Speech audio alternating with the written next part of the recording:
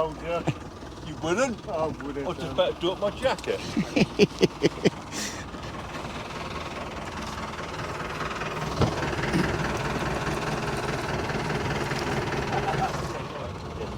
Right, we got 30 metres to the seabed, 25 to the top of the wreck, and the wreck lies with the tide. We are heading east-west. It's high water, and we've dropped the boys in. They're going to do the shot.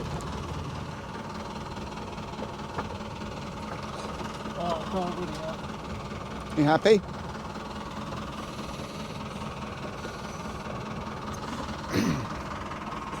Good.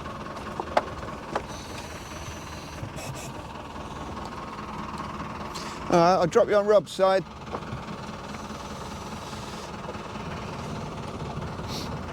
We're on the wreck here.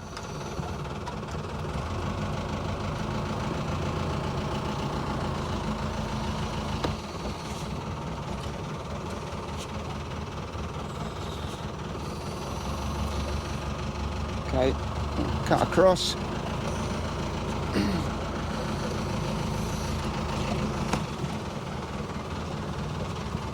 Out of gear.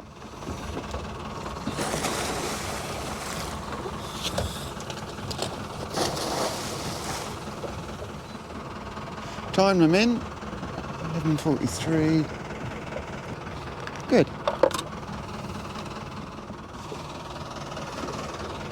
Boys have done well. 4 minutes. Bags up. They're going to pick that up.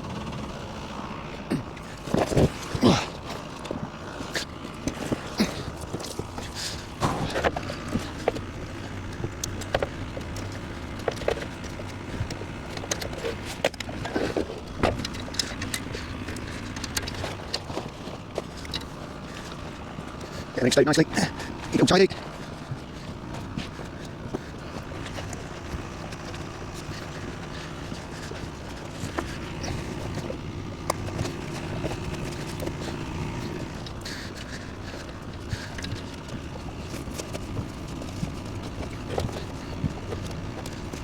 Okay. Right.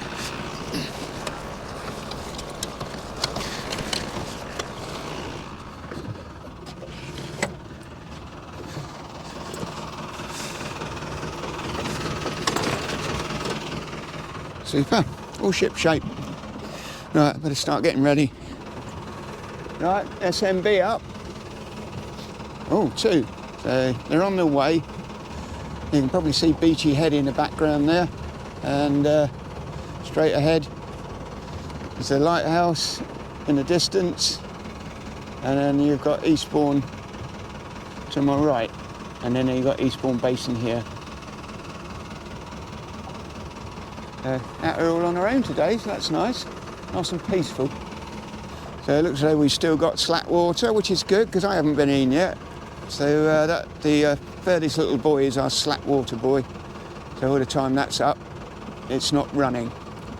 So the this wreck that we're doing today is the northerly end of 3 in a row. So you've got this one, which is possibly the Robert Ingham. And then you've got Harold, and then you've got the pot wreck, and they're all in a line, but the pot wreck's more southerly. It'll be interesting to get down there and have a look. Well, it's been a while, but due to the May rot arriving early in April and the strong north-easterly winds throughout May, we just couldn't do anything. Things improved from the beginning of June, and when I got back from holiday, we couldn't wait to get in the water after cooking in the mini heatwave. The morning started well, but by the afternoon, British summertime got back to business as usual, as you can see by the weather. We've been talking to the Stigs diving cousin. He'd asked us if we knew why this wreck was called Robert Ingham. And we just said, well, we thought you knew what it was, so we just assumed it was a Robert Ingham. But it doesn't appear to be any paper trail leading to the naming of the wreck. There's no bells or makers plates, nothing's been bought up, there's no paper trail that we can follow to say, yeah, it's definitely the Robert Ingham. So it's a good wreck for doing on a high water. We needed to do a shakedown dive, so we thought we'd go out and check it out. Robert Ingham QC of Westow, South Shields, was in 1832 elected first Member of Parliament for the South Shields. a position he held with an interval of 10 years until his retirement in 1868. So back in 1871 South Shields he was a somebody, which is why the ship owner, Matthew Kay, named his 1871 reed-head and softly built ship the SS Robert Ingham.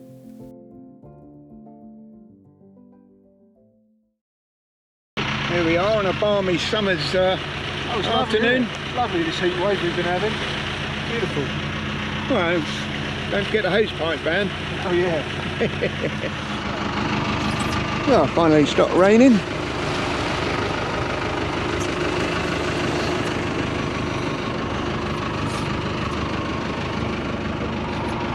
Beer out. It's not that bad.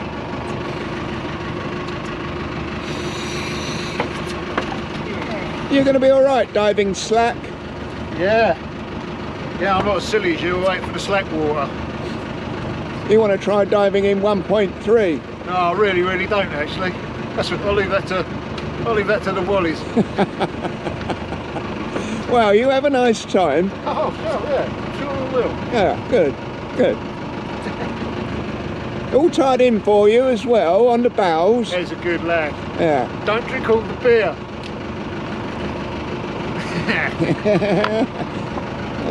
Yes. Just coming up on the wreck. I've got Robert in.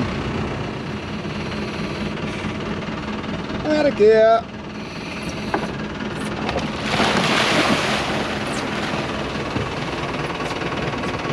Must be nice diving slack.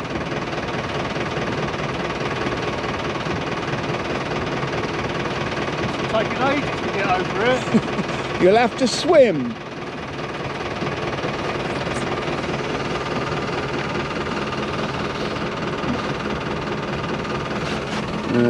What's the time? 18:43.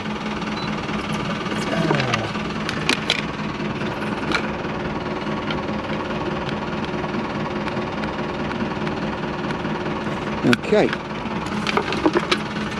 I'll just pop up the wreck before he gets there. There you see on the left hand side the avionics. That's the wreck.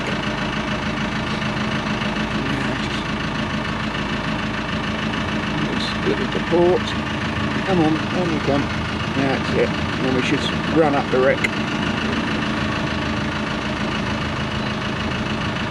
On the right hand side that's the sounder. Starting to come up, we're heading up to midships here. There we are. That was bows, midships. Then we're heading up to stern. Come on, round the port a bit more, not too much. A bit more. There we go, up to the stern. Straighten up.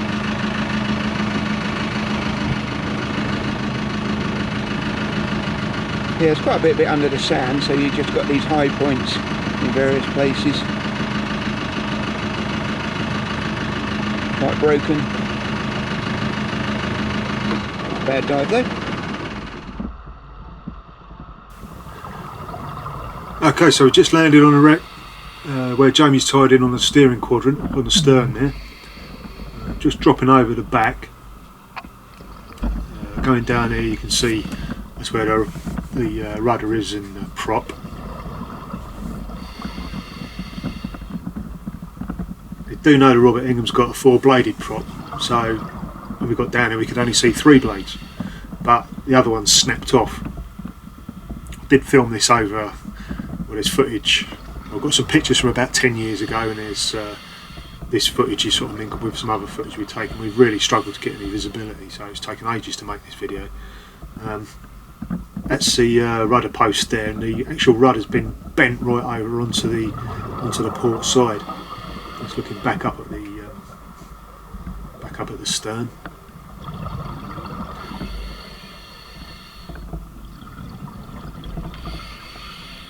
So yeah, it's just following the rudder that's bent sort of pointing forward now. That's just coming into view there. That's one of the other blades of the prop.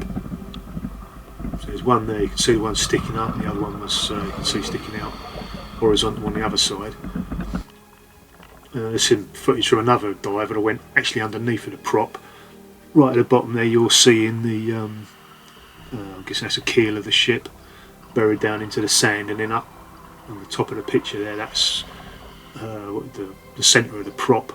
And it's quite jaggedy underneath there, so it's definitely a four-bladed prop, and it's snapped off, it's not there anymore. I believe the Robert Ingham went down stern first, so maybe he's gone down and snapped it off, and probably buried under the sand there somewhere. Or there's quite a bit of debris to the side of the ship, so possibly it's laying in amongst that. There's some of the debris that's off of the stern. They're mooring bollards that would have been up on the stern port side that have fallen down onto the ground. I've come back up onto the ship now, and that's a horizontal beam. The deck would have been up on that. I'm actually looking back at the stern now. Yeah, so that's the stern bulkhead. The stern of the ship is probably the most upright, one of the highest parts, and you can see right at the top of the picture there as we landed, start off with on a steering quadrant. So that beam that's sloping down there, that would, if you can imagine that being more upright, that would have been like where the deck would have come across, sort of parallel with that other part of the ship there.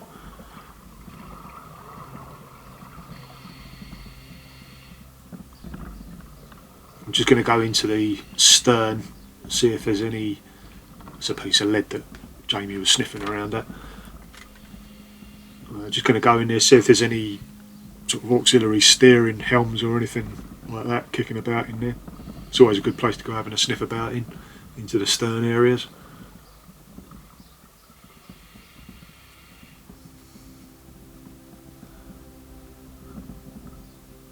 Did notice that round thing right at the back of the picture there. I didn't notice that when I was down there. Might be worth having a poke around at. Where am I going now? Now going forwards, going back over another bulkhead, probably going into one of what would have been a hold. The ship's stern sits pretty much upright on a flat seabed, and amidships it got twatted on its starboard side by a huge liner that sort of pushed everything amidships over to the port side. So that's the port side ribs of the ship sticking up out of the sand. Again, like if you could imagine horizontal deck beams that would have come across to the other side. That would have had all hull plate in there where it's just holes now, so you can know you're in a hold. Didn't really get much good video of this, but that's a hatch combing. So that would have been up high, that's all collapsed down now, it's onto the seabed. All the holds are all underneath all that sand.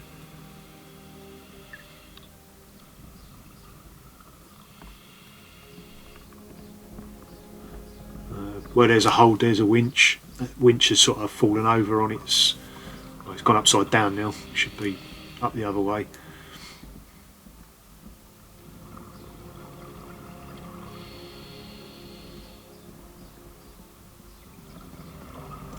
Where are we now? Now we're coming up towards the engine, I believe, yeah.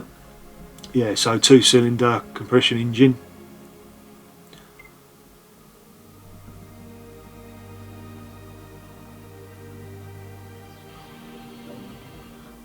That's like the internal workings of it all, and it's looking at it from the port side.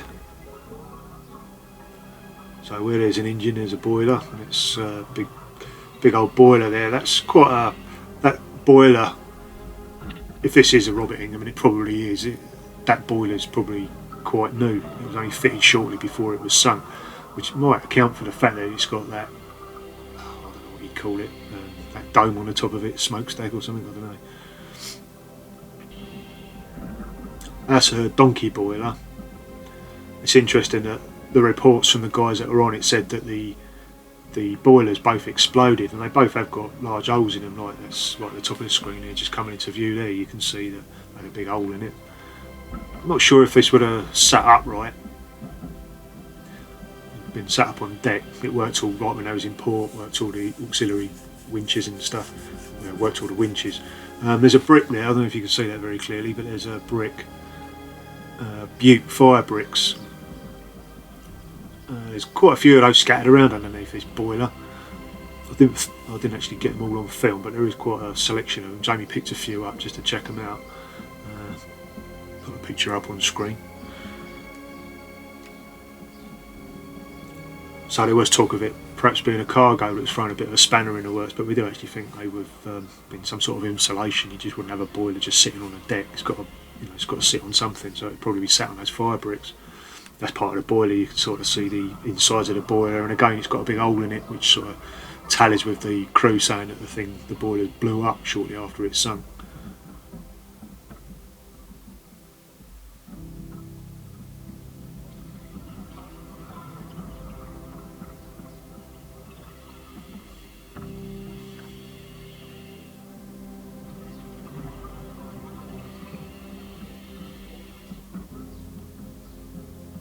I think we're looking at it from the starboard side now.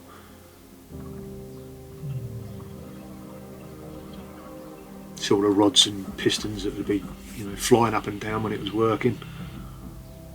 And that's the top of the engine. We're looking from the back of the engine, looking forward.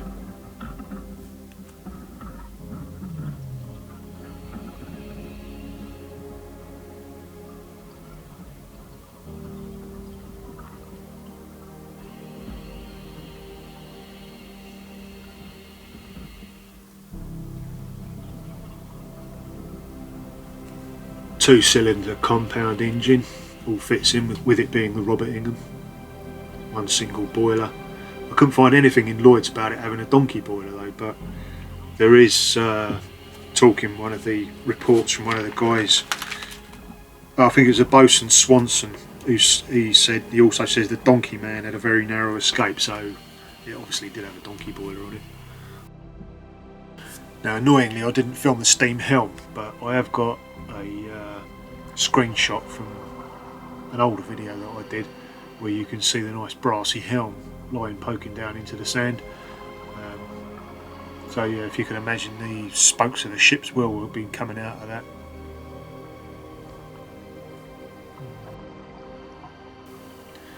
Moving forward now, so there's another winch going up into the forward holds.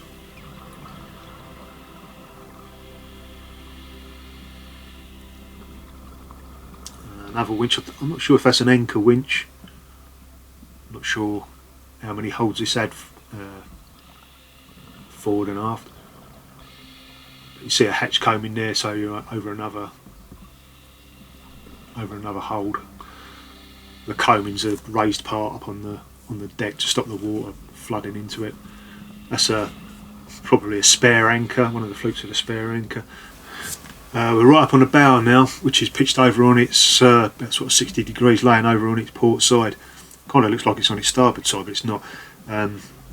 On the right hand side of the picture there, where it's angling down to the right, that's the starboard side, and that beam, the cross of the T, is like what would be the deck, and then you've got that upright support that would be supporting it, obviously, and then you're looking right down into the very bow, the pointed front of the ship.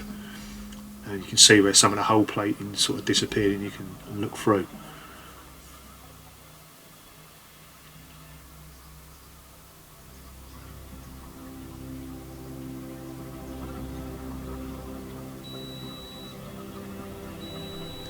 That's my computer going off just to tell me that I've gone into decay.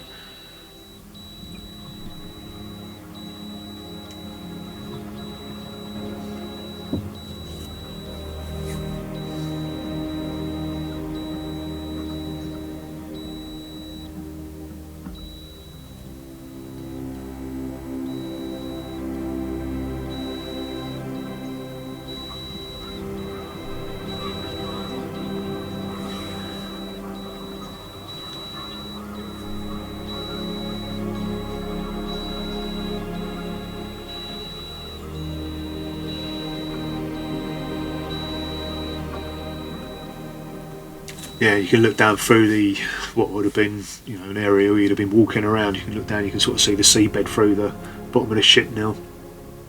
I'm just looking up on the starboard, through the starboard hull plating, looking up.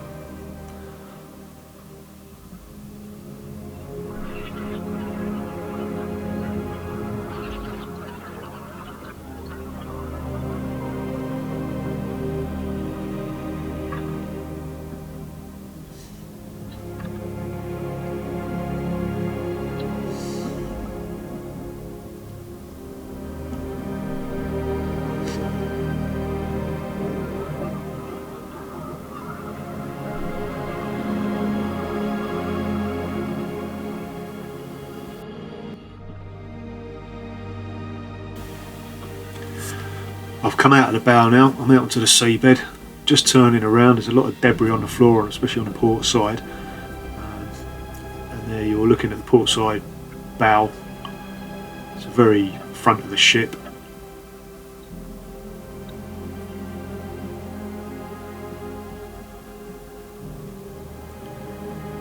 As I come back a bit, you can see it's kind of sort of pitched backwards a little bit, and it's right over about 60 degrees on its port side, and the sand's really built up all around the bottom of it, slowly disappearing. Not sure what all that is that's fallen down there.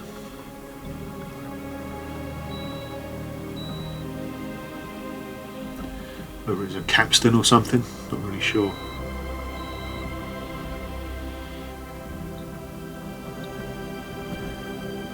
But yeah, that's the bow sort of steaming towards you. Well, the Robert Ingham was hit by the Kronprinz Wilhelm, big German passenger liner that was going far too fast, and it twatted it on its starboard quarter. So as we swim across this starboard quarter here now, you'll see that it comes up, and then there's just no more ship, and that's where the German ship went barrelling straight through it. That's it for the dive. I'm going up now to grab some beers.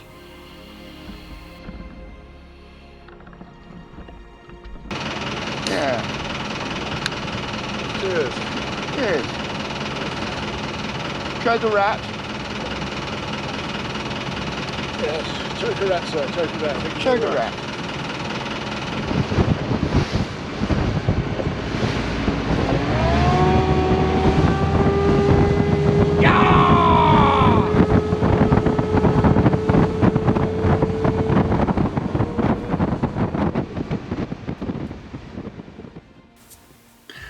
Launched in April 1871, the schooner-rigged SS Robert Ingham was the first screw steamer built at South Shields for South Shields owners. Robert Ingham QC was present for the launching. The first sea trial in June was marked by the entire absence of ladies. This was because of a recent collision that had occurred when the new steamer SS David Burns was run into by the SS Earl Percy about 2 miles from the Tyne. On board was 80 to 100 ladies. They all got off okay, but the SS David Burns sank. Because of that collision, no women were on the Robert Ingham's trial trip. Disquietings which the David Burns catastrophe would naturally raise in the minds of the fairer sex was the reason given. Different days. The steamer went well though and hit a top speed of 9 knots. Her first voyage was to be Le Havre, and afterwards would trade between Nova Scotia and New York with coal. By August, the Robert Ingham was in New York, having completed her maiden voyage. It didn't quite go to plan though, as she hit a rock and sank. She was got afloat not long after though, and it seems to have sunk again in 1898 in the Thames and again refloated.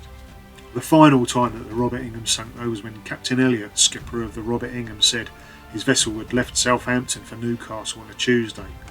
All went well till Wednesday morning, when the mate called him and stated that the weather was thick. The skipper had the engines put down to half speed, and as the weather got worse, ordered dead slow. When they were 4 or 5 miles from Beachy Head, he heard a steamer's whistle. The Robert Ingham's whistle had been sounded at intervals from the time that the fog came on. They listened intently but couldn't hear another vessel, so had the engine stopped. Just as he did so, a steamer crashed into them, all the while blowing its whistle. The ship that hit them was a Kronprinz Wilhelm. A huge passenger ship hit them on the starboard side and nearly cut them in half, taking the starboard side away. The Robert Ingham settled fast, her boilers burst and she blew up within 5 minutes. Captain Elliot said that the other ship was going at a terrific speed, like a train, 20-22 knots at least. A passenger named Scott was killed and another man, Miller, was picked up unconscious, but he later died. The only order Captain Elliot could give was every man for himself. 13 of them managed to get away in the jolly boat. One of the survivors, the boatswain Svensson, said he heard the lookout shout that the Kronprinz Wilhelm was going to hit. Svensson rushed from his bunk out onto the deck just as they were struck. He was one of the men who unfastened the jolly boat. The ship was almost under water when they made their escape. Svensson, though, didn't immediately get on the jolly boat and was left clinging to the davits of the sinking ship until he was rescued. Svensson said the Robert Ingham was practically cut in two. Scott of Fellington on Tyne The passenger was probably killed instantly, as the German liner had penetrated the part of the ship where the unfortunate man was asleep. Swanson also said that the donkey man had a very narrow escape as well. Scott, who was aged 22, was taking a trip up to Newcastle during his holidays. He had mentioned to the captain a dream he'd had in which the ship had been caught in a whirlpool, and said, "If I go down, we're all in it together, and we'll both go down below." The captain said, "Oh, well, I'm not so sure about that." The chief officer was also drowned. He was in bed at the time of the collision. He rushed up onto deck but was washed overboard. His body was recovered unconscious after floating on a hatch cover, but he never regained consciousness and died. The Kronprinz Wilhelm's passengers collected £50 for the crew, of which the crew gave half to their dead chief's widow. The crew were all landed at Southampton, destitute, and a Mr. Farrow of the Shipwrecked Mariner Society at Southampton gave them clothes and money to get back home.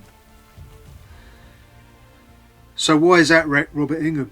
Well, possibly someone has a bell or some clue to confirm its identity, but that information has not been made public. But the position of the wreck fits. Jamie's measured the wreck, and it's not too far off what it should be, which was 68.5 metres. Here we have it. This is the knot I tied off on the stern of the possible Robert Ingham, and that comes in 8 metres short of 80 metres, so 72 metres on the nose from the bows to the stern. You've got to take into account how smashed up it is, but it's not over 30 metres too short or too long, like the SS Fortuna wreck, for example. The Stigs diving cousin's friend also found a French coin that fits, dated 1896. But Stig's cousin also found a Strong & Co bottle from Romsey, which is near Southampton. The Robert Ingham sailed from Southampton. And also a cod bottle of the right period. But he also found a flagon with G. Brighton of the Dockhouse Tavern, Canning Town. George Brighton lived there with his family in 1901 to 1902. The Robert Ingham sank in 1902. No doubt the ship would have been steaming up the Thames with coals and calling in for a beer or two. Well, it took us a long time to get any footage of that wreck, and we've got to thank the Stig's diving cousin for sharing his clues. Unless we hear otherwise, we are satisfied it is a Robert Ingham. We've got enough mysteries to keep us going anyway, so it's been good to cross this one off the list. So, on to the next one.